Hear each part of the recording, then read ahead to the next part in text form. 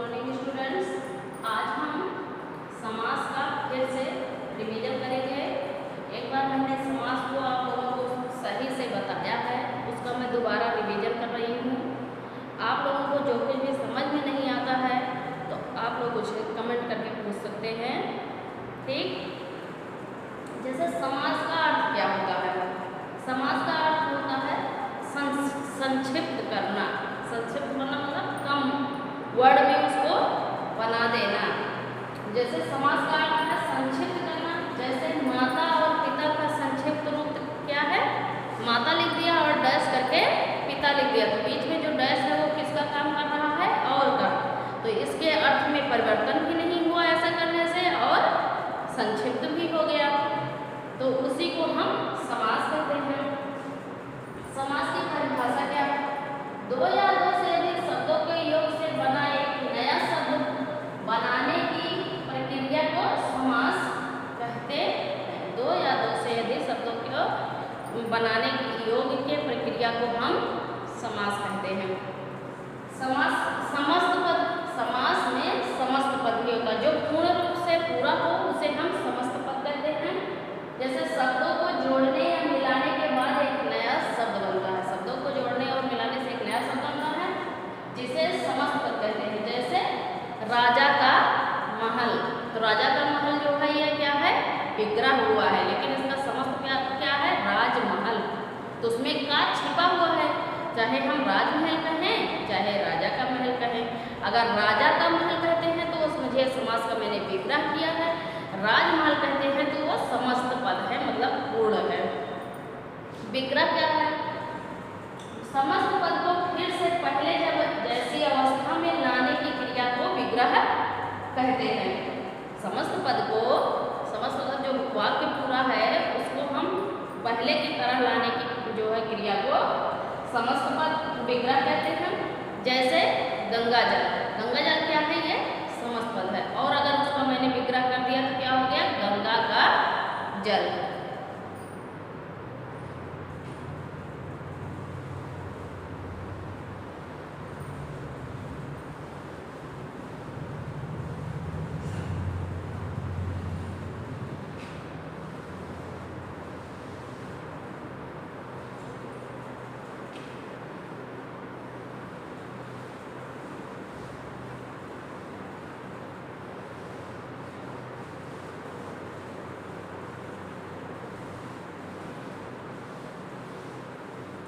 अब हम बताएंगे समास के भेद।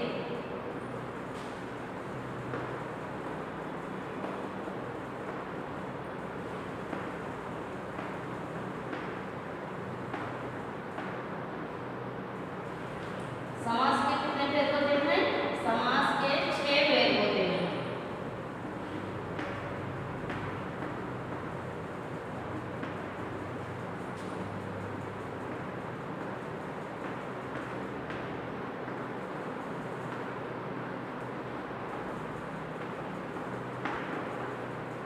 समास के 6 भेद होते हैं। जैसे है, यह है समास,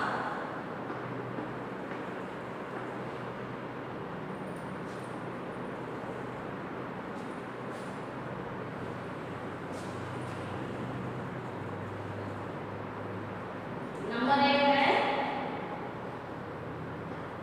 तत्पुरुष समास।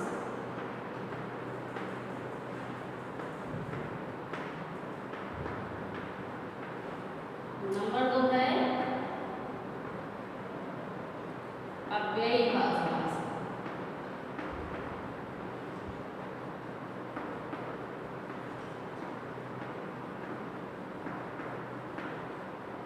नंबर 1 है तत्पुरुष समास, नंबर 2 अव्ययीभाव समास, नंबर 3 कर्मधारय।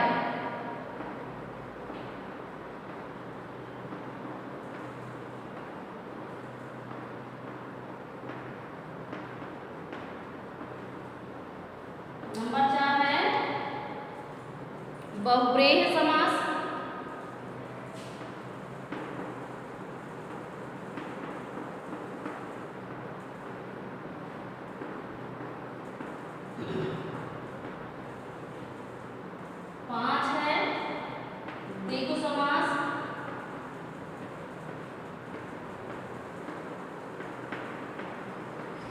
नंबर 6 है द्वंद्व समास।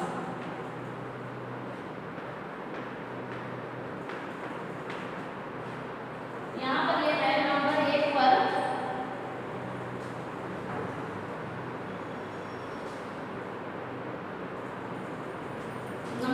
है अव्ययी भाव।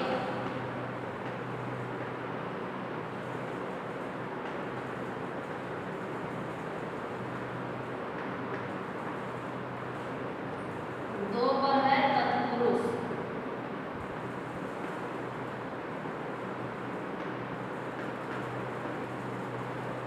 अब क्या है, समास के कितने भेद हुए?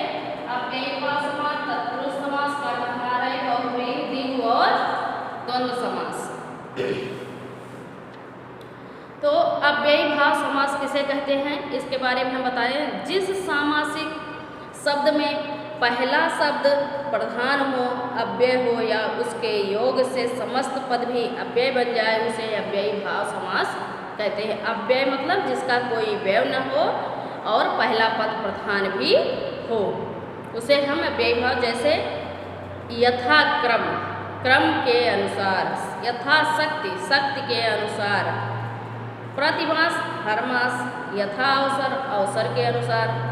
उपर्युक्त शब्दों में प्रथम पद प्रधान तथा द्वितीय पद गौड़ है, अतः यहाँ अव्ययी भाव समास है। नंबर 2 है तत्पुरुष समास। तत्पुरुष समास जिस समास के समस्त पद का पूर्व पद संज्ञा हो, गौड़ हो और उत्तर पद प्रधान हो उसे तत्पुरुष समास कहते हैं। इसके विग्रह में कारक चिन्हों का प्रयोग होता है किंतु समस्त पदों में उनका लोप होता है, जैसे राह के लिए खर्च, राह खर्च। तत्पुरुष समास के भेद। तत्पुरुष समास के भी 6 भेद होते हैं। नंबर 1 है कर्म तत्पुरुष समास, करण तत्पुरुष, संप्रदान तत्पुरुष, अपादान तत्पुरुष, संबंध तत्पुरुष और अधिकरण तत्पुरुष। ये सब में पूरा विस्तार से दिया गया है, आप लोग इसको पढ़ेंगे और सबके 2-2, 3-3 एग्जाम्पल लिखेंगे। फिर तीसरा है कर्मधारय समास। जिस समस्त पद का उत्तर पद प्रधान हो तथा पूर्व पद एवं उत्तर पद में विशेषण, विशेष अथवा उपमान, उपमेय का संबंध हो उसे कर्मधारय समास। जैसे किसी की किसी से तुलना की जाती है वहाँ पे कर्मधारय समास होता है।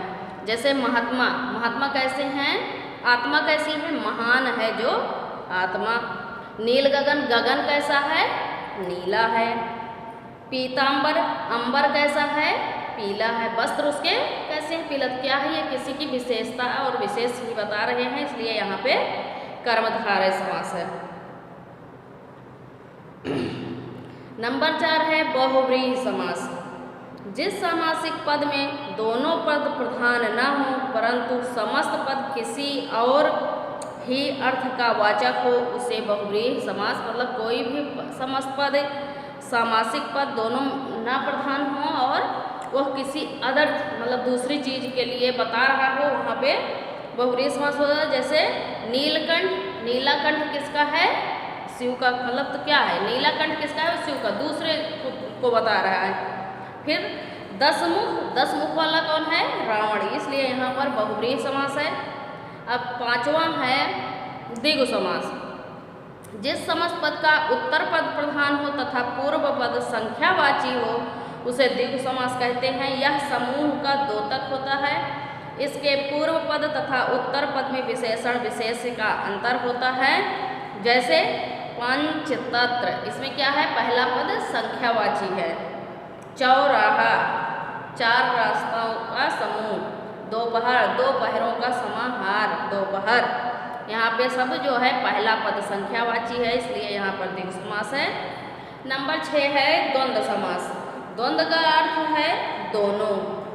जिस समास में दोनों पद प्रधान हों उसे द्वंद्व समास कहते हैं।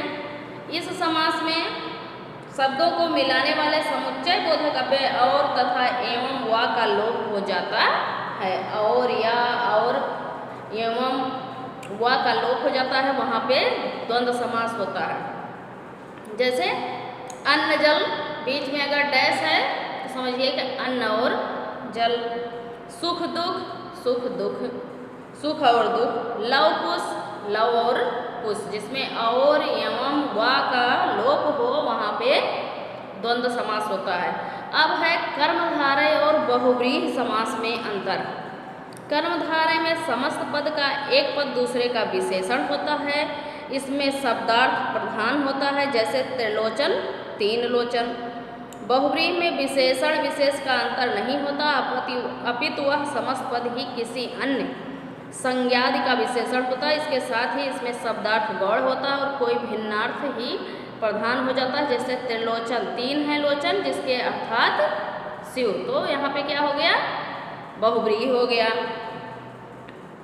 जैसा विग्रह होता है वैसा समास होगा। पीताम्बर, जैसे पीले कपड़े वाला, अर्थात कृष्ण, बहुव्रीहि। लेकिन अगर वही पीताम्बर पीला कपड़ा तो कर्मधारय। समास सदैव शब्दों के मध्य होता है, जबकि संधि वर्णों के मध्य होती है। इस चैप्टर को आप लोग फिर से रिवाइज करेंगे। जो कुछ भी नहीं समझ में आता है तो आप लोग कमेंट में हमसे पूछ सकते हैं, कमेंट करके, और रिवाइज करिए। इसको भी मैंने पेपर में दिया है समास को आप लोग, और बुक से मैं ये दोबारा रिवीजन कर रही हूँ। एक बार मैंने पढ़ा दिया है, ये दोबारा रिवाइज हो रहा है। Thank you, have a nice day.